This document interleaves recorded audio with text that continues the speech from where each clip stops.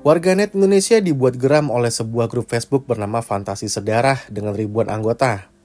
Grup tersebut menuai kecaman lantaran berisi konten hubungan sedara atau incest. Komisioner Komisi Perlindungan Anak Indonesia, Subklaster Anak Korban Pornografi dan Cyber, Kawian menyatakan, terungkapnya grup tersebut menjadi bukti bahwa kasus kekerasan seksual anak masih marak terjadi dan sebagian besar belum terungkap, layaknya fenomena gunung es. Dilansir Cornell Law School, incest merupakan hubungan seksual dengan kerabat yang masih memiliki hubungan darah dekat dalam derajat kekeluargaan yang dilarang. Dengan kata lain, incest adalah kontak seksual antara kerabat sedarah dekat, termasuk antara saudara kandung, orang tua dan anak, kakek, nenek dan cucu, atau paman bibi dengan keponakan.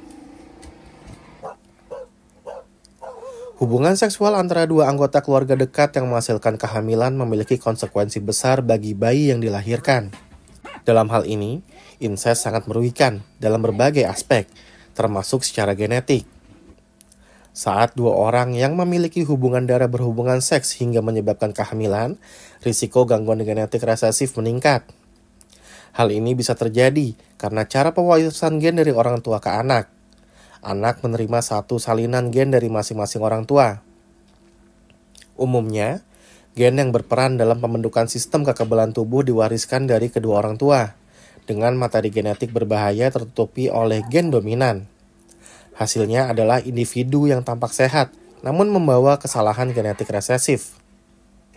Saat individu yang memiliki hubungan darah memiliki anak, variasi genetik menurun, dan gen resesif yang sama dapat bersatu dan menjadi dominan pada anak mereka yang dapat menyebabkan berbagai jenis cacat lahir.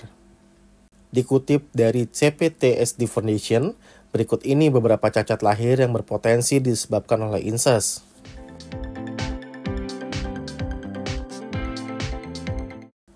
Yang pertama adalah IQ rendah. Perkawinan sedara dapat menyebabkan gangguan perkembangan hingga memengaruhi kemampuan intelektual anak secara negatif. Kemudian fibrosis kistik. Kondisi ini mempengaruhi sel-sel penghasil lendir, keringat, dan cairan pencernaan yang menyebabkan cairan tersebut menjadi kental dan lengket sehingga menyumbat saluran pernapasan atau pencernaan. Selanjutnya kelahiran prematur. Anak dari pasangan incest berisiko lahir prematur, memiliki berat dan ukuran tubuh di bawah normal, serta lebih rentan terhadap kelainan fisik. Bibir sumbing. Kelainan ini menyebabkan anak kesulitan berbicara dan makan. Kelainan jantung. Anak yang lahir dengan jantung cacat atau tidak berfungsi normal adalah salah satu konsekuensi dari incest. Jika bertahan hidup, mereka akan menghadapi berbagai masalah jantung sepanjang hidup. Kematian neonatal. Gen resesif yang diwariskan oleh anak dari pasangan sedara kadang menyebabkan kematian janin atau kematian bayi setelah lahir. Perlu diingat bahwa tidak semua perubahan genetik akibat incest bersifat mematikan, tetapi banyak yang menyebabkan masalah seumur hidup yang seharusnya bisa dihindari. Incest itu adalah hubungan seks dengan garis darah atau keturunan yang dekat. Ya, bisa antara ayah dengan anak perempuannya, bisa kakak dengan adiknya. Yang penting ada satu garis darah. Dan it is very dangerous.